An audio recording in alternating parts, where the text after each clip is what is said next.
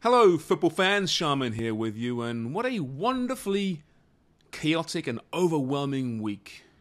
We've got European football kicking back off this weekend, of course, getting set for that, and more importantly, the end to World Cup qualifying as a World Cup draw goes noon on Friday. A quick primer for you: 4 pots of 8 teams, all there according to their FIFA rankings, which, as you may or may not know, doesn't mean too much, but it's important when it comes to this draw. The end result will be 8 groups of 4 teams for Qatar, or Qatar, or Qatar. We'll find out how to pronounce it between now and the middle of November, I promise. Now, of note for you, 3 placeholders will be in place for this draw due to the Ukraine situation and, of course, COVID. So the winner of Wales, Scotland, or Ukraine, they'll eventually find a place into pot 4, as will either Costa Rica or New Zealand or Peru, Australia, and the United Arab Emirates. Got it? Canada didn't make it into pot 3, I'm afraid. Just pot 4. It's okay. There'll be goosebumps and nerves on Friday. These things are just so much fun. Even without a horse in the race, there's so much fun. So what do you want on this draw? That's the question. Do you want a tough, horrible group of death? Let's say, I don't know, Brazil, Germany, who's in that third one? Morocco, good team, Morocco, and Canada. That'd be a group of death. Be a lot of fun, wouldn't it? Or do you want to draw Qatar, and some other teams like Switzerland, and I don't know, South Korea? How about that? An easier one? I want the toughest draw possible. Let's get this Canadian team on the stage where it belongs, and let's find out just how good it actually is. All right, now, what's crazy about this whole thing is that once the European season shuts down next November, there'll be 9 days between the final match and the first match at the World Cup. That is not much time to gather steam and to get together. So these windows over the summer, 2 windows to find your form, find your selections for these international teams, will be really important. Friendlies have never been more important. Now, what's weird though is that there's so much football between then and now. So you've got the end of this season, you got the summer off, apart from, of course, MLS. Then a brand new season kicks off in August. And then the World Cup. It's really hard to pick exactly who you might see in these squads. New players could arise. Well-known players could decline. There could be injuries. It's so difficult. There's no clarity. It's wonderfully, wonderfully confusing. All right, as I mentioned before, the domestic leagues are back in action this weekend across Europe. Let's stick in the Premier League, and a quick hit here to pique your fancy for each game. Liverpool eyeing first place up against Watford, and it's really must-win time for Watford.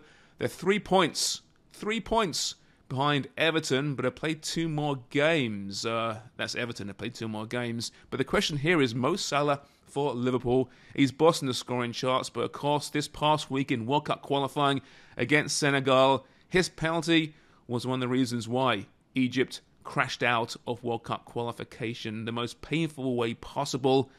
Did you see all those lasers being pointed in Mo Salah's face? It was pretty horrendous, actually. How will he respond and react? Will he just demand to get the Anfield faithful back on his side and find his inspiration there? But a tough few weeks for Mo Salah, given they lost also in the African Cup of Nations final to Senegal, and now crashed out to Senegal in World Cup qualifying. Now, Man City, of course, in first place, 1 point up on Liverpool. They're at Burnley, never easy, and Burnley are desperate. 4 points from safety, but they do have games in hand. This will be a really interesting match. As I mentioned, some big scalps have fallen at Burnley over the years. Chelsea up against Brentford. Chelsea sail still on all the headlines across the sports pages and the front pages in Europe. Still yet to be determined who the front runners are, but they reckon there will be an announcement in the next couple of weeks. As for Brentford, 8 points safe, some big points recently, and what about our boy Eriksen? He returns for Denmark this past week in World Cup qualifying and friendlies. 2 games, 2 goals, including at the same stadium, where, of course, he suffered that cardiac arrest at Euro. It was so emotional, but Christian Eriksen is playing really good football once again. He's got his swagger back, and for Brentford, 8 points I think could be enough to ensure survival. What a great first season for them back in the Premier League. Manchester United up against Leicester. United 4 points from 4th place, but the manager's search continues. They've interviewed Ten Hag of Ajax, but then Louis van Gaal told Ten Hag, don't take the job because it's a commercial club. You need a football club. Oh boy. Manchester United is a gong show there right now, but consider that there'll be a lot more rumours the next couple of weeks about their managerial situation. Brendan Rodgers was a 1-point link with United. That won't happen. Leicester's had a pretty tough campaign. So many injuries. It's been really unfair. And now, Wilfred Ndidi out for the season for Leicester. Just a horrible patch of bad luck for this club. Spurs against Newcastle. Now, this time next year, I do wonder who is higher in the table. Newcastle will spend, of course, this off-season. They're eyeing Tottenham right now, I think. That's probably their next big jump to be in that zone of the Premier League. As for Spurs, the Harry Kane rumours are heating up. He played great for England this past international window. He's back on top form for Spurs as well. United's lurking. Those rumours are cascading down upon the new White Hart Lane. So some tough times, I think, for Spurs coming up, even though they're playing much better football and are still very much in contention for 4th place. Crystal Palace play Arsenal. Yeah, but old Patrick Vieira, the Arsenal legend, now the Crystal Palace managerial legend in waiting. Love that story right now. The Gunners are in 4th place, 3 points up on Spurs. And the game in hand. Arsenal have been really good recently. Of course, they were found out a little bit against Liverpool.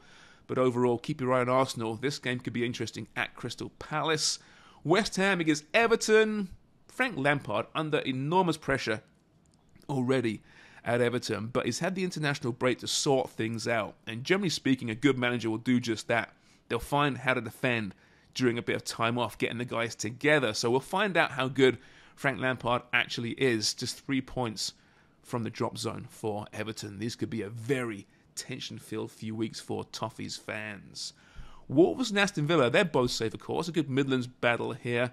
The Wolves' consistency has been really poor in recent weeks. Villa too. Still, I would avoid this if you're going to gamble because you just don't know what to expect from either team on any given week. Leeds against Southampton. Jesse Marsch and Leeds, they've won 2 straight games, 7 points in safety. Boy, did he need that. Maybe, just maybe, the Leeds faithful will start giving him a chance and realise he's not the next Marcelo Bielsa. He's Jesse Marsch. He's American. He can still coach. But that's a really interesting storyline for me to watch as the season winds down. Finally for you, Brighton, Norwich. Absolutely nothing to say about this one. All right, that's a fast money football for Thursday. Tomorrow, World Cup draw time. Cannot wait for that when they pull that maple leaf out of that pot or that box or however they're doing it. Goosebumps across the nation. It's going to be fantastic.